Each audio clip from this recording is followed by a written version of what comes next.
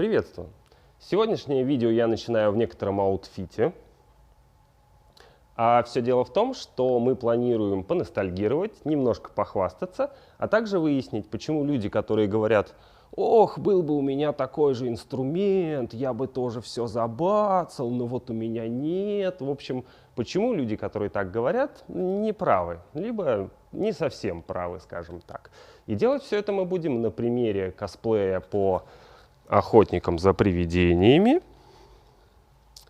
Ну, оригинальных, разумеется. Не вот это вот трансгендерное, не пойми что, вот которое выходило. В общем, короче, вы меня поняли. Не вот это, не вот это. Не было такого, не было.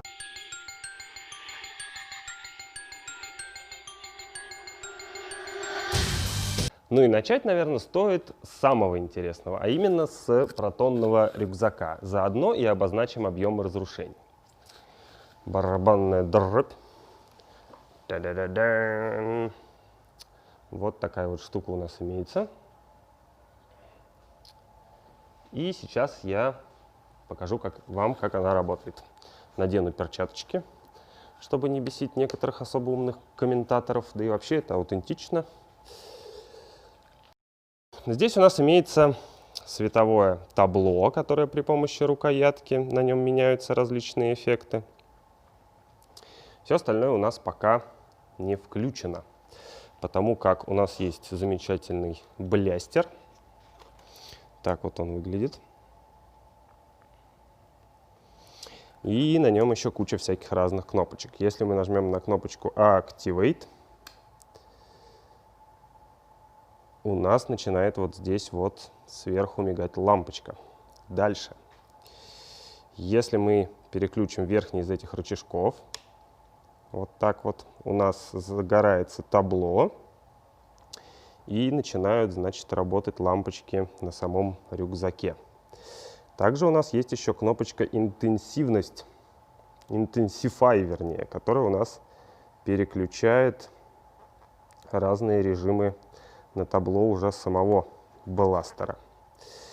Еще у нас есть второй выключатель сбоку, который включает подсветку внутри, индикацию здесь и, главное, индикацию рядом с кнопкой, которую мы, собственно, непосредственно будем шмалять. Сейчас мне будет очень неудобно. Я постараюсь вам вот так вот показать. Собственно, вот у нас загорелся индикатор, и после этого у нас активируется кнопка, которая включает светодиоды внутри. Помимо этого всего, здесь еще из рабочего, сейчас опять перехвачусь, остался еще вот такой вот зелененький небольшой незаметный рычажок, при нажатии на который у нас выдвигается, так же как и в фильме, увеличивается мощность, выдвигается, собственно, вот эта вот передняя часть.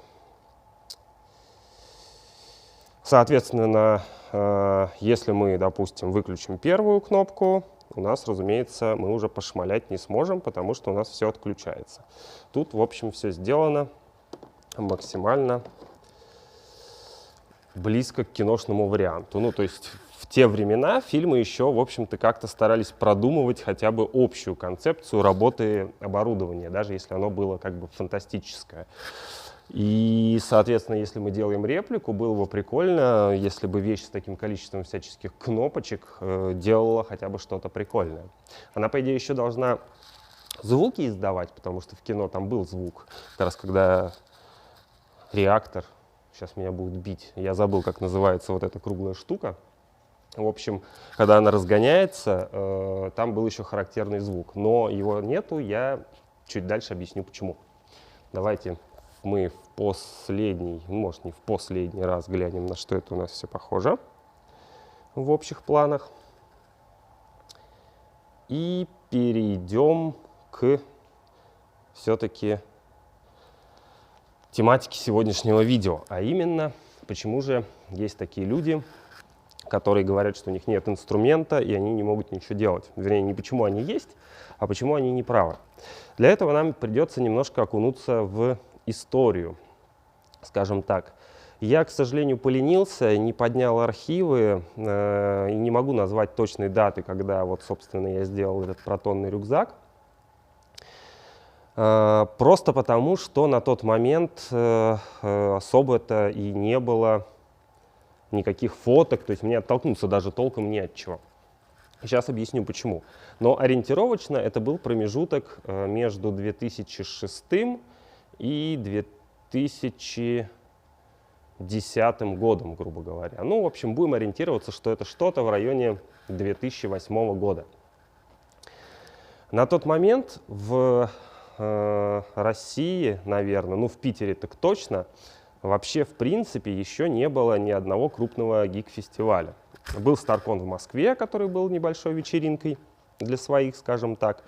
Были, разумеется, анимешные фесты, куда делался косплей, и в том числе достаточно годный, но процент именно иностранного, ни японщины, ни азиатщины, как таковой в общем, там был очень маленький. То есть, насколько помню, там буквально единицы выступали в чем-то не, грубо будем говорить, анимешном. Вот. И, соответственно, культуры как таковой, гик-культуры, она где-то присутствовала по домам, по подвалам, но гик-косплея, ну то есть по американской культуре косплея, его в открытую негде было показать. И спрашивается вопрос, нафига я, собственно, вот это все в то время замутил. А просто мне было интересно делать разные штуки. Мы уже к тому времени достаточно продолжительно праздновали Хэллоуин, который, кстати, опять же, в то время только-только начинал выходить в какие-то клубы, бары и так далее, вплоть до того, что самим приходилось вечеринки устраивать. И это был мой костюм на Хэллоуин. То есть он не был сделан для конкурса, он не был сделан для какого-то дефиле. Это просто был обычный костюм, чтобы с друзьями пенного сходить, попить в баре на Хэлл. А к чему же я, собственно, все это рассказываю? А к тому, что на тот момент инструмента у меня не было от слова совсем. Очень хотелось сделать интересную, хорошую вещь, хотелось сделать ее как можно качественней, но из инструмента у меня было примерно примерно как-то вот так. То есть это был лобзик, обычный, даже не электрический, обычный ручной советский лобзик, набор надфилей. У меня даже напильника, по-моему, тогда не было. Ну, шкурка, это понятно. Обычный канцелярский нож. Ну и так как электроника, без паяльника, опять же, советского, сурового, никуда. Ну, еще на тот момент у меня была, по-моему, дрель. Я не помню, это был шуруповерт или это была электрическая дверь. Ну и как дрель. Вот. Но, тем не менее, она у меня была, и было еще несколько сверл, которые там, соответственно, можно было докупить. Что же еще это тогда было за время? Тогда не было никаких ардуинок, ну, вернее, они существовали, но их нельзя было купить на каждом углу. Никаких тебе модулей звуковых к ним подключаемых, именно поэтому в этой штуке нету звука. Там все сделано элементарно и просто. И я сейчас расскажу, собственно, как. Ну, инструмент вы уже видели. Давайте перейдем и посмотрим, из чего же вот это вот, собственно, собрано. Но для начала давайте обсудим, так скажем, недостатки. Тут есть пару крупных, прям откровенных косяков. Ну, вернее, не косяков, а недоделок. И достаточно большое количество допущений. Разумеется, 3D-принтеров тогда не было. Поэтому вот эта ручка сверху, которая должна иметь характерную очень форму, она с такой пупкой сверху, такая крутилочка, она, к сожалению, здесь просто обычная ручка, я даже не знаю, от чего она. И второй крупный косяк — это то, что очень сложно при помощи ножа и надфилей делать идеальные, собственно, вырезать идеальные круги. Поэтому я поленился, и вот в этом месте, на самом деле, здесь должна быть еще одна ступенька. То есть тут надо еще было вырезать колечко и сделать к нему бортик. Мне было откровенно лень, поэтому, в общем, это, конечно, большой косяк, но как бы что же делать? Я, короче, поленился. Но вернемся, значит, к протонному рюкзаку. Сейчас я вам какие-нибудь еще косяки покажу. Ну, из элементарного, если внимательно посмотреть, отсутствие, значит, нормального инструмента и большая лень, большой объем работы приводит, вот, значит, к тому, что здесь все стыки видно. Не выглядит это все как монолитная конструкция. И такого достаточно на самом деле много. Например, вот всякие объемные вот эти детали, вот они здесь со скруглениями и так далее. Это просто на основе пластины вылеплено вручную и не очень качественно зашкурено. Сейчас я постараюсь сбоку вам показать. Вот видите, там такое ребрышки такие, ну, отпечатки, ну, в смысле, не знаю, как это обозвать. Короче, ямки и так далее, это все не вышкурено. Но в сравнении, опять же, как говорю, с объемом работы, мне кажется, это все-таки несущественный недостаток. Из прочих косяков, вот эти элементы, опять же, повторюсь, 3D-принтеров не было. Детали напечатать было негде, поэтому подбиралось что-то похожее. Это тупо антенные входы вместо специфических, которые там использовались. Сейчас будет немножко сумбурно, но расскажу. Собирался оригинальный для фильма, тоже из говна и палок на самом деле, из старых радиоэлементов, из старых контактов и так далее. Поэтому они получили некоторый геморрой к съемкам второй части, потому что им понадобилось это все дело повторить как-то. Но у них, по крайней мере, был оригинал. А достать эти радиоэлементы старые, прям оригинальные, которые использовались, их не получится. Не то что в России, во всем мире их проблематично очень достать. То есть даже в Штатах эти радиоэлементы, которые использовались прямо в оригинале, они уже настолько старые, что их как бы очень мало осталось. Поэтому, собственно, я не парился, заменил, значит, здесь у нас антенные входы, ну, это понятно, пластиковая гофра. Здесь у нас тоже разные антенные входы. Вот такие элементы, они все склеены из трубочек, палочек и так далее. Вот, например, это половина гофры, и к ней долеплены ушки, закрыты торцы. Вот это вот тоже был радиоэлемент в оригинале, а здесь, значит, у нас нарезаны пластинки, склеены и замазана середина. Из инструмента еще здесь мог бы в некоторых моментах понадобиться, например, строительный фен, потому что здесь есть несколько гнутых элементов. Если мы присмотримся, их тут мало, но тем не менее, вот тут есть такое большое скругление. Но опять же, фена у меня не было, поэтому если приглядеться вот сюда, видите, там маленькая щель. То есть я просто надрезал пластик и гнул его. А вот здесь, где это видно, это просто все дело зашпаклевано. Что касается остальных крутилок, там вот, например, эта крутилка, по-моему, была куплена, потому что она была похожа на оригинал.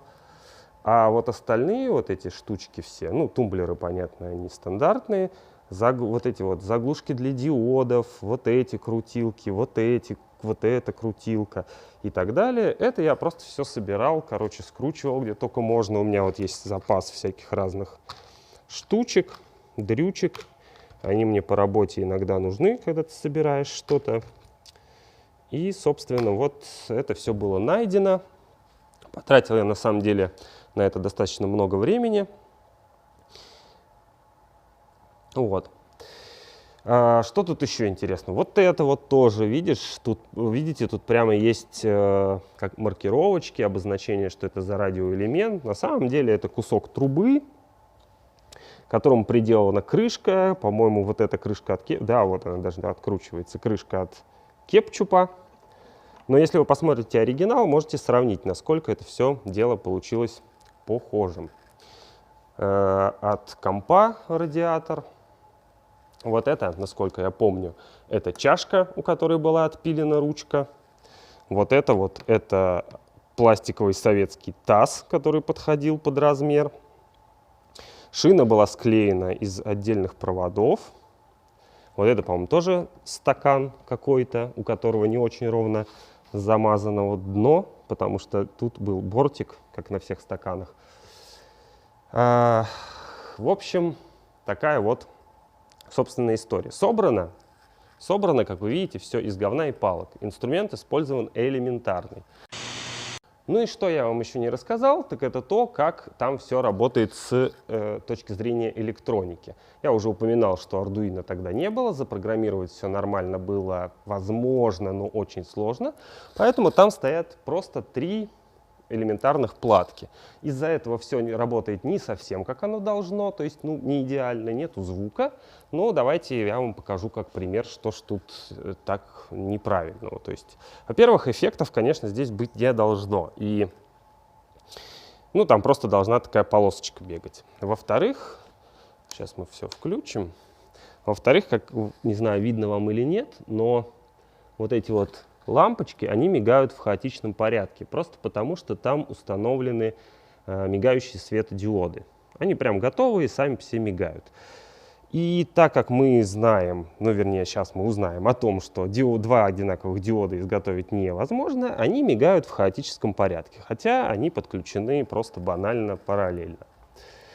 А по правильному они, и это видно в фильме, они должны загораться таким колечком, так по кругу бегать. Вот. Ну и на этом табло, про него мало информации, но эффект на самом деле, когда у нас вот так вот лампочка бегает, он очень сильно похож на оригинальный, тот, который используется в фильме. Опять же, сейчас мы все включим целиком. Вот тут даже, видите, сделано сверху синенькие диодики, снизу зелененькие. В общем, в остальном все достаточно похоже. Забыл вам еще про ручки рассказать. Ручки взяты от детских игрушечных дробовиков, потому что, конечно, такую ручку изготовить немножко было бы проблематично. Вот, возвращаясь к электронике. Все платы, которые там есть, это велосипедные фонари. Они уже были китайские, дешевые и так далее. Из них выковыривалась плата. Вернее, нет, вру, два китайских велосипедных фонаря было использовано. Соответственно, все вот эти режимы, которые у нас имеются здесь, на этом экране и на вот этом экранчике, реализованы за счет того, что там стоит плата от велосипедного фонаря. Именно поэтому, когда мы нажимаем на кнопочку, у нас перебираются подряд разные режимы, в том числе и выключение. И вторая плата, которая была использована, это которая стоит вот здесь, которая мигает светодиодами. Это, знаете, такая палочка для махания, в общем, которая очень-очень быстро мигает. Все. То есть, по сути дела, надо было только спаять провода. Но эффект, на мой взгляд, весьма неплохой, с учетом того, какой именно, еще раз напоминаю, использовался инструмент. Ну и перед тем, как мы все подытожим, давайте все-таки обратимся еще, справедливости ради, к, так скажем, сложной части. Помимо ручного труда, здесь еще, конечно же, пришлось добыть некоторые вещи. В частности, вот этот вот комбез. Это просто готовый летный штатовский комбез. И также пришлось добыть от рюкзака раму. Тоже Штаты. Готовая рама от рюкзака. Она же использовалась в оригинальном фильме от точно такого же рюкзака, что, в принципе, оправдано, так как по сюжету фильма они собирали там свою технику не на высокотехнологичном заводе, а в подвале, и логично было использовать армейку, так как она, в общем-то, относительно дешева, и ее легко достать в Штатах. В России, конечно, дороговасто и было тяжело, но я нашел рваный комбез, подштопал, купил подешевле и, в общем-то, ни о чем не жалею, как говорится. И еще один сложный момент, без которого, наверное, тогда было бы тяжеловато обойтись. Можно было, конечно, акрилом нарисовать, но, тем не менее, у меня были изготовлены нашивки. Вернее, это не нашивка, это припарена на ткань пленка. У меня была возможность, в общем, их изготовить. У меня еще где-то была именная, но я, к сожалению, похоже, ее потерял. Я не пытался косплеить конкретного персонажа, поэтому у меня была своя именная табличка и вторая вот эта вот. Вот такие вещи, да, тогда, наверное, было бы немножко тяжеловато достать, но, скорее всего, можно было прийти в какой-нибудь костыль, там типа рок-магазин, найти контакты вышивальщиков, которые делали туда нашивки, и, собственно, заказать все, что тебе надо. Да и Алиха, возможно, тогда уже была. Не знаю, врать не буду. В общем, вот такие вот дела. И теперь, наконец-то, таки можно все это дело подытожить. Я считаю, лично мое мнение, что было бы желание, а отсутствие инструмента, оно как бы дело наживное. Разумеется, вы не сможете там из алюминия выфрезеровать какую-то мегасложную деталь, если у вас нету фрезерного станка. Но найти, так скажем, куда применить свои силы и умения вы сможете всегда. И даже если у вас есть там лобзик, паяльник, шкурка и так далее, вы вполне себе можете собрать вот такую вот штуку. И еще немножко интересных фактов, про которые я забыл упомянуть. Во-первых, вот этот шланг, он сделан из ПВХ-шки, то есть это гофротруба, которая вот сломалась здесь, потому что они достаточно хрупкие. Об этом, кстати, есть немножко в другом моем видео, которое называется «Огонь, вода и всякие трубы». Почему же был использован пластиковый шланг, вернее, гофротруба, а не использован металлорукав? А дело в том, что я тогда обнаружил фотографии оригинального протонного рюкзака, который снимался в кино, и там был именно пластиковый или резиновый шланг, который был даже вот так вот распилен пополам, чтобы туда проводочки запихнуть, и потом красиво, вот так же, как здесь, там замотан в нескольких местах, замотан на изоленту. Так что, в общем, и сэкономил, и более аутентичную вещь получил. Также, может, уже, конечно, информация поменялась, но на тот момент фанаты до сих пор, то есть они нашли, какая вот эта там радиодеталь, какая вот эта радиодеталь, до сих пор среди фанатов, ну, я, по крайней мере, на тот момент, вернее, когда я это делал, фанаты все еще не знали, что вот это за раскоряка такая непонятная, которая идет сверху. В общем, многие предполагают, что это деталь от газонокосилки, но это чуть ли не последний элемент, который неизвестен был в данной конструкции. Если сейчас что-то поменялось, напишите мне. Будет интересно послушать, нашли ли все-таки люди, откопали ли, что это такое. Ну и про наклеечки я вам забыл сказать.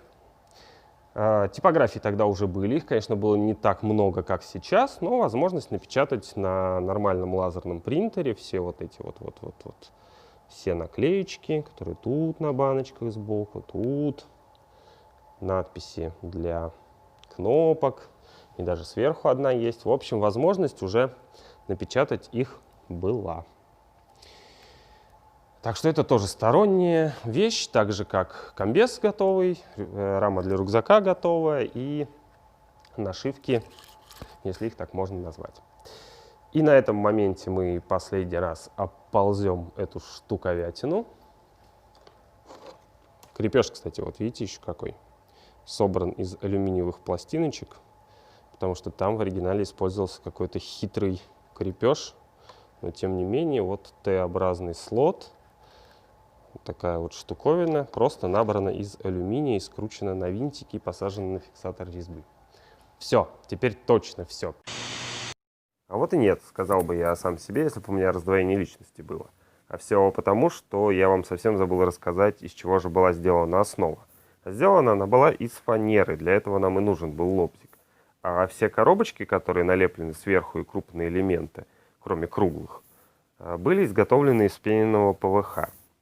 Это сейчас многие знают и многие используют этот материал в косплее и в каких-то макетах и так далее. В то же время, ну, не сказать, что его было найти очень сложно, но тем не менее он не был так распространен.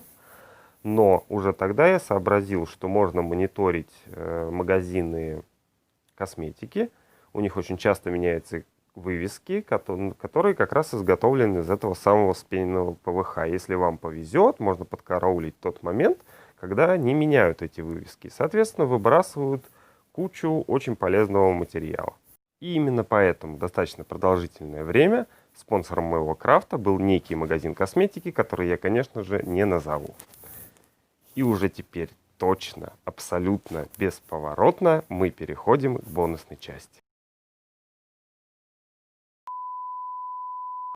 В прошлом видео я объявил о небольшом розыгрыше вот таких вот, не знаю, у вас там сфокусировалось или нет, вот таких значочков, которые носят на своей куртке V из игры Cyberpunk 2077.